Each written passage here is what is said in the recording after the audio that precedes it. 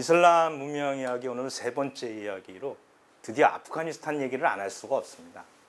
아프가니스탄은 뉴스에서 제국의 무덤이다 이렇게 얘기를 하죠. 왜 제국의 무덤이고 아프가니스탄이 그렇게 문제인가에 대해서 한번 알아보도록 하겠습니다.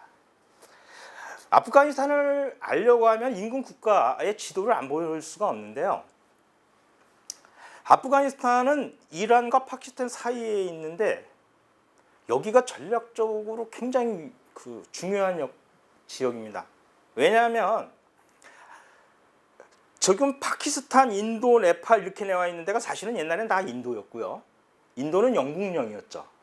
근데 투르크메니스탄, 키르기스탄, 카자흐스탄이 이 탄이 들어가는 이 지역은 다 소련령이었습니다. 러시아 땅이었죠. 그래서 러시아의 남침을 막고 세력을 꺾기 위해서 영국이 아프가니스탄을 점령하는 게 아프간 전쟁의 시작입니다. 제일 처음. 그러니까 여기가 지금 바로 옆에가 또 중국까지 지금 붙어 있는데 이 제국주의 열강이 계속 부딪히는 핵심 지역이 되다 보니까 전쟁이 끊이질 않는 겁니다. 그래서 여기 들어간 그런 국가들이 이겼냐? 지금 보시면 아시겠지만 그 위에 그림인 소련이 전쟁에서 져가지고 퇴각하는 모습입니다. 밑에는 미군이 퇴각하는 겁니다. 다 져요 여기 들어가서.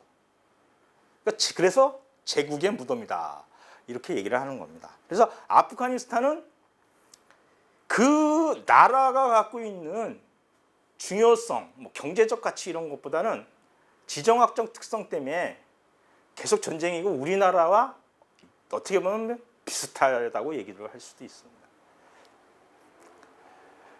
이 아프가니스탄 전쟁이 이제 무장 테러 단체 탄생의 배경이 됩니다. 그 무자헤딘이라고 하죠. 이게 반공 게릴라인데요. 78년도에 소련이 이 아프가니스탄을 침공하면서 미국이 막대한 무기와 그 자금을 지원해서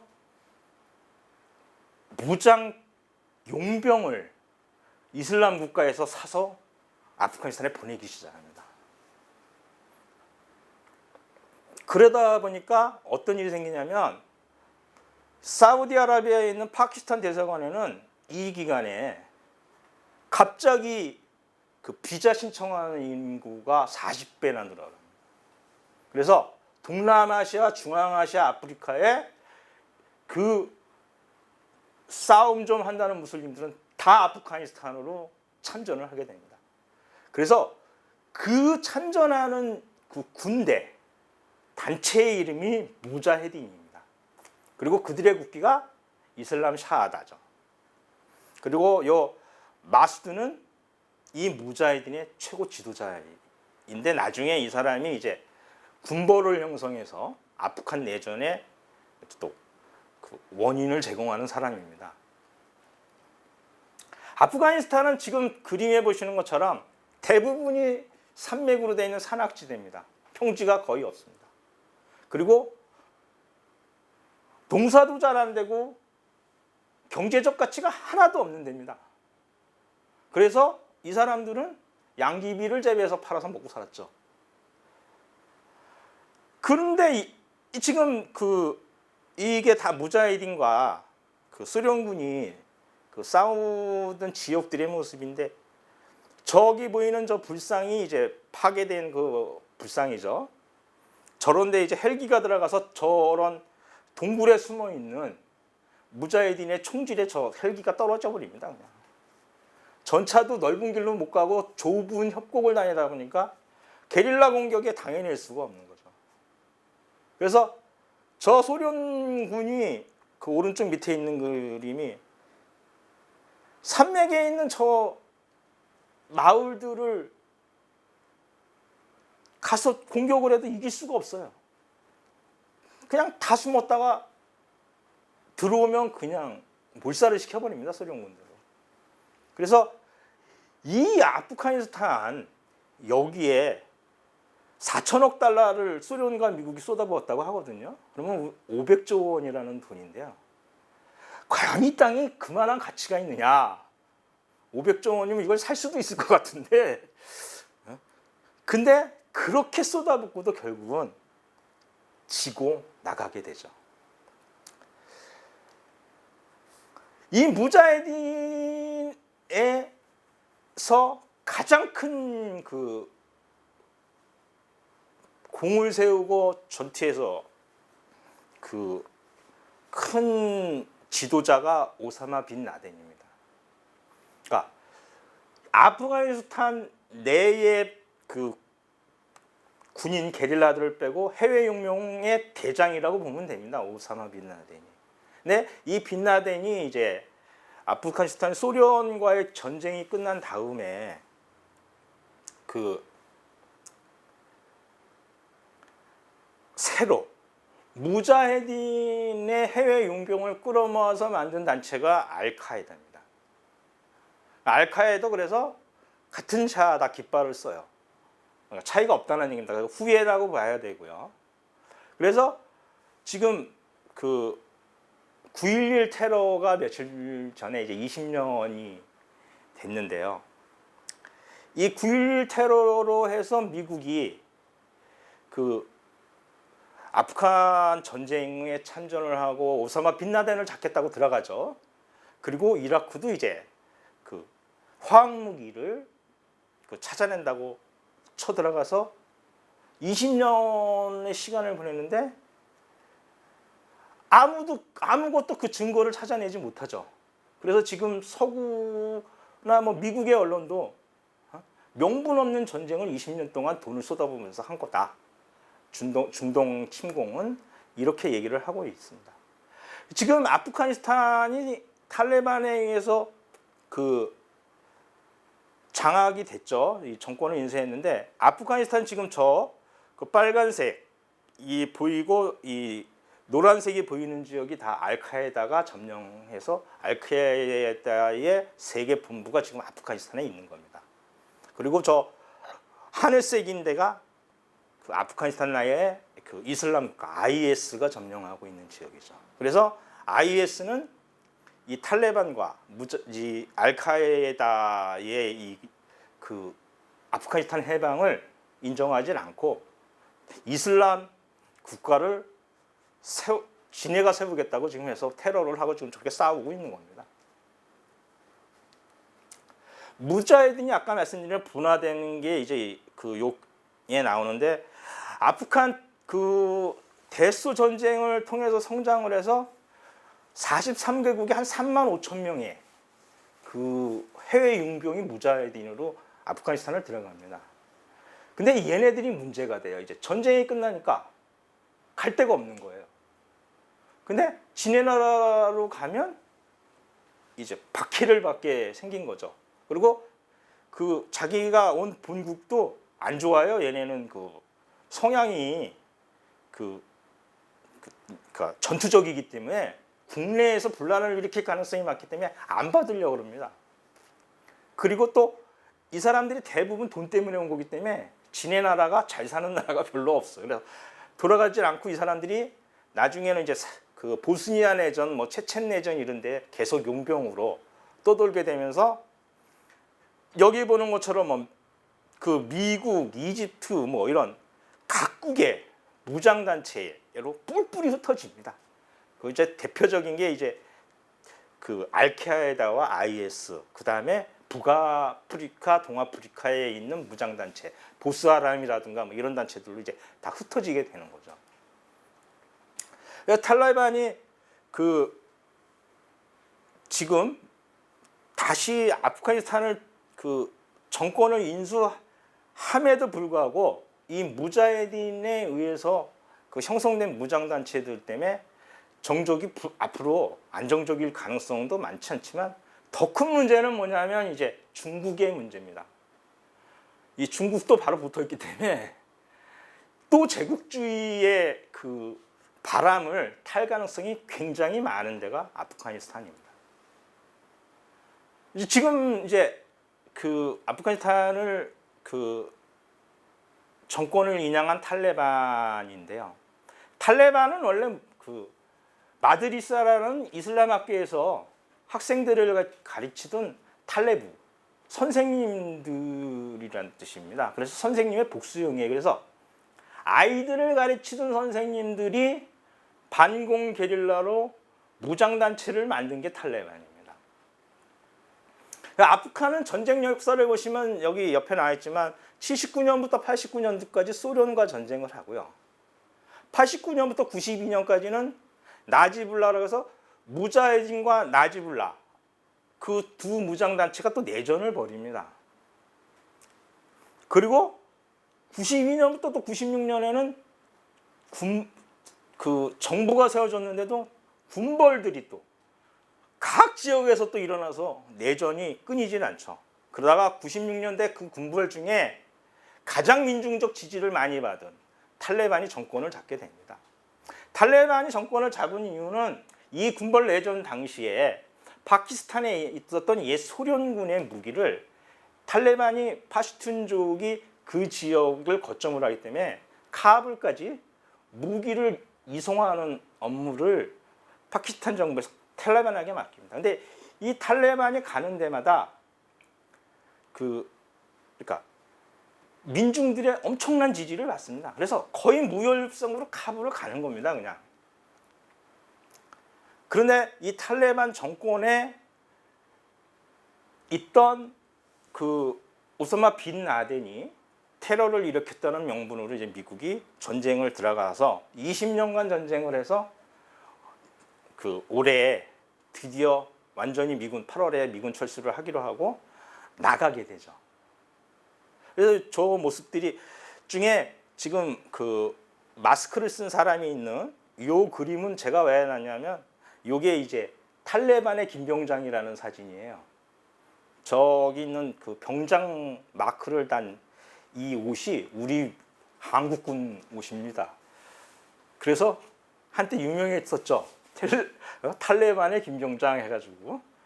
그래서 탈레반이 그러니까 무기나 뭐 이런 것들이 이 무자헤딘이 정말 희한한 건 겁니다. 무기나 이런 것들이 좋은 게 아니에요. 다 2차 대전 때 써다가 버린 무기들을 주워가지고 이 제국을 물리치는 거예요. 그래서 지금 이제 이 탈레반이 정권을 인수해서 이제 저게 이제 대통령궁에서 승리를 선언하는 거고, 근데 저 난민들의 사진이 제가 그 난민 운동에나 이에 관심을 갖게 되는, 제가 투르크메탄에서 약 2010년도 정도에 실제로 본 만난 난민들입니다.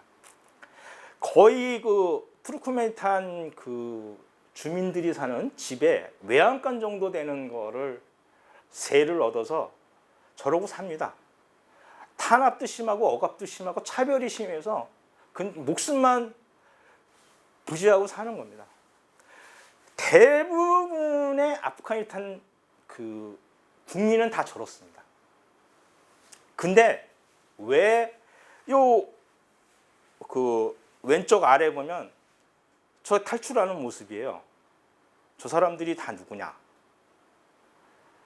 대부분이 그 제국주의의 부역자들입니다. 아프가니스탄의 문제는 뭐냐면, 아프가니스탄은 여러 개의 부족 국가와 다민족 국가가 공존하고 있기 때문에 중앙 집권하기가 어렵습니다. 그래서 미국과 소련이 쏟아부은 모든 원조가 카불에 집중되지 각 지역에 전혀 혜택이 가진 않습니다. 그러니까 지역에 있는 부족 국가의 국민들은 아무 상관이 없어요. 탈레반이 집권을 해도 상관이 없습니다. 문제는 카불인 겁니다. 카불에서 공산 정권 때부터 여성 평등과 뭐 이런 거를 하면서, 혹은 그 제국주의의 그 자본을 기반으로 여태껏 잘 먹고 살던 세력들은 굉장한 위기에 빠진 거죠, 지금. 그러니까 살려달라는 거고, 우리나라도 뭐 몇 명 왔죠? 한 200명 왔나요? 네. 300명 왔어요. 그 300명 정도가 진천에 와 있는데, 이제 그 지금 가장 문제가 되는 이슬람 국가, ISIS 공식 명칭은 뭐냐면 이라크 레바트 이슬람 국가로 합니다. 그래서 이슬람 근본주의의 가장 지금 그 이단으로 인정받는 단체죠. 이슬람 국가는 이라크와 시리아 동부에서 처음 이렇게 결집이 되는데 그 이유가 뭐였냐면 사담 후세인이 패망하면서 미국이 정권을 시아파에게 줍니다. 그러니까 시아파를 쫓아내겠다고 만든 게 IS의 최초의 모습이죠. 근데 그것이 이제 명분이었는데 이라크에서 패퇴를 하고 모술 같은 지역 자기네가 점령했던 저 빨간 걸로 돼서 저쪽 지역을 다 뺏기고 지금 세계의 각 무장단체로 IS도 다 흩어져서 지금 근거지가 따로 없습니다. 그래서 얘네가 더 무서운 거죠. 저런 소년병까지 가담하는 그런 아주 극단적인 세력이 돼버린 거죠. 그래서 이슬람 근본주의가 확산되는 이유는 사실은 제국주의의 원인이 있습니다. 그러니까 이슬람 무장단체들을 무자헤딘 때부터 지원한 건 사실은 서구 열강들이죠. 그리고 여기에 이제 불을 지핀 게 사우디아라비아의 건국입니다. 사우디아라비아는 1920년대에 건국을 하는데요. 그러니까 원래 거기는 나라가 없던 데죠. 근데 건국 이념이 와비이즘, 그러니까 근본주의, 이슬람 근본주의로 돌아가자라는 게 사우디아라비아의 건국 이념이에요. 그러면서 얘네가 세계 4위의 석유 매장량을 자랑하는 오일머니의 핵심이 되지 않습니까? 그래서 얘네가 이제 한 2000년대까지는 일을 안 해도 국민들이 북유럽 중산층 이상의 소득 수준을 누리면서 편하게 삽니다. 그래도 돈이 남으니까 뭔 짓을 하냐면 와이비즘을 신봉하는 세계의 이슬람 학자들을 다 추빙을 해서 그걸 전파시키고, 그리고 이제 자선 기부금을 준다라는 명목으로 무장단체들을 뒤에서 이제 지원을 하죠. 그러면서 IS도 결국은 그 뿌리를 따지면 사우디가 퍼뜨리는 이슬람 근본주의의 뿌리를 두고 있다고 볼 수밖에 없습니다. 그리고 지금 이제 이 이슬람 근본주의가 남녀노소가 없습니다. 지금 여자들은 안 그러냐?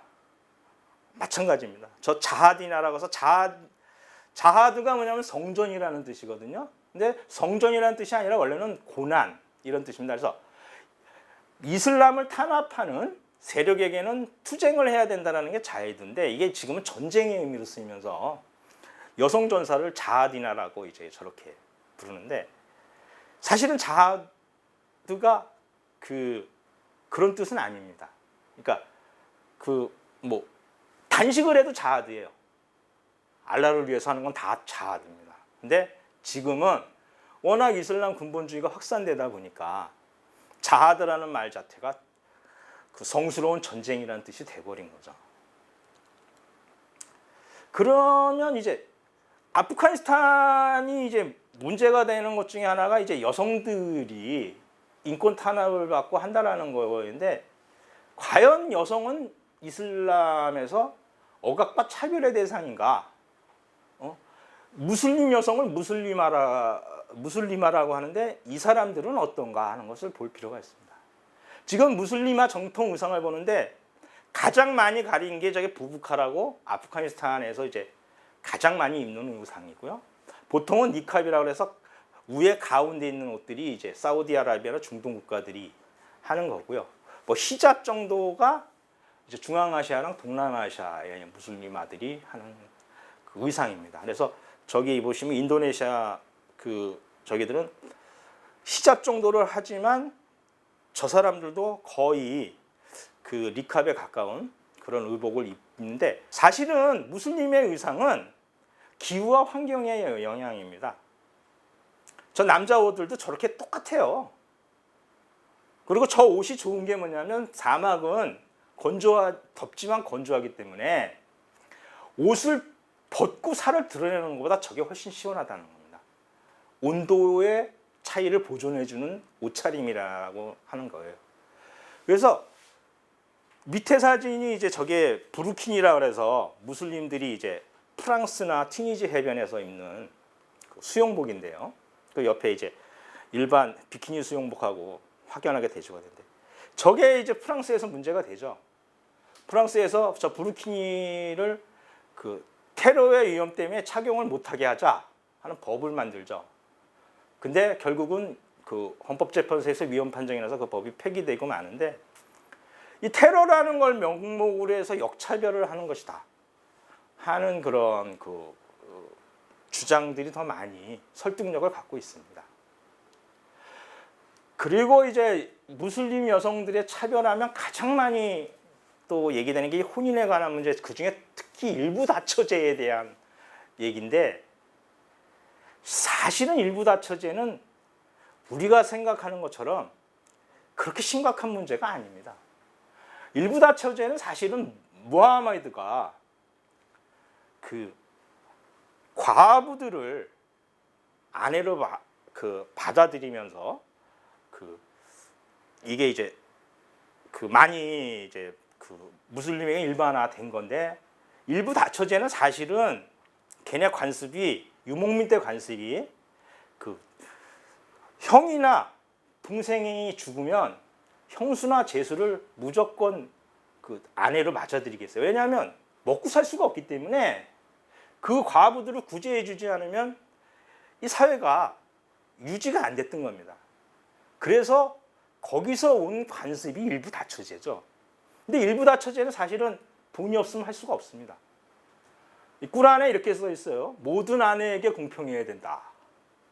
그래서 글쎄 뭐 사랑을 주는 것까지는 공평한지 어쩐지 뭐 계량화는 불가능하겠죠. 근데 똑같은 집과 똑같은 차와 똑같은 돈을 줘야 돼요. 그러면 4명까지 둘 수 있는데 그 정도 재력이 있는 사람이 아닌 바에는 다 무용지물입니다. 사실은 일부 다처제.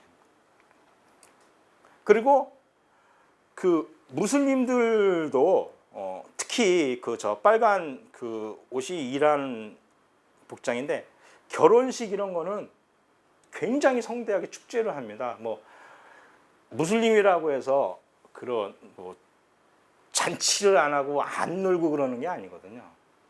근데 사실은 이 무슬림 여성들에 있어서 가장 큰 문제는 밑에 3개입니다. 첫 번째가 이제 인도네시아에서 간통을 했다고 태형을 때리는 건데요.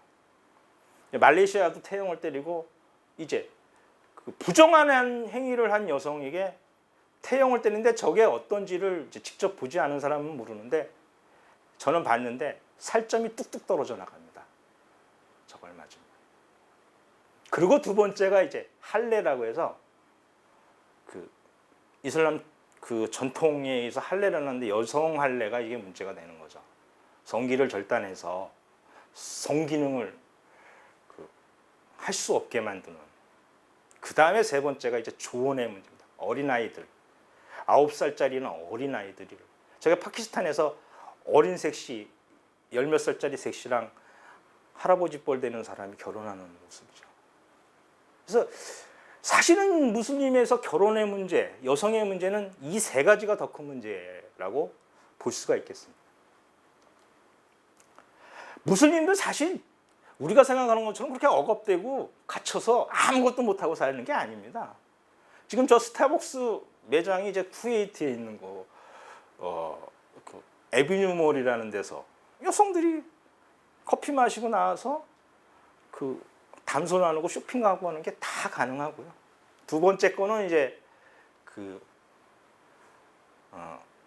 김태희가 바설멘다는 우즈베키스탄 모습인데 사실은 가보니까 담 매는 분들은 다 할머니고 저렇게 처녀는 별로 없더라고요. 그리고 이제 세 번째가 말레이시아에서 이제 방탄소년단을 오늘 공항에서 기다리는 팬들의 모습이고요. 그 다음에 이제 밑에 첫 번째는 이제 이란 여성들이 투표를 하는데 보시면 아시겠지만 뭐 강제로 히잡을 해라 마라 하는 나라는 근본주의 국가 사우디, 아랍, 쿠웨이트, 카타르 정도를 빼고는 저게 의무사항이 아닙니다. 본인이 결정할 수 있는 권한이 있어요. 특히 남편이 안 해도 된다고 하면 그냥 안 해도 되는 겁니다.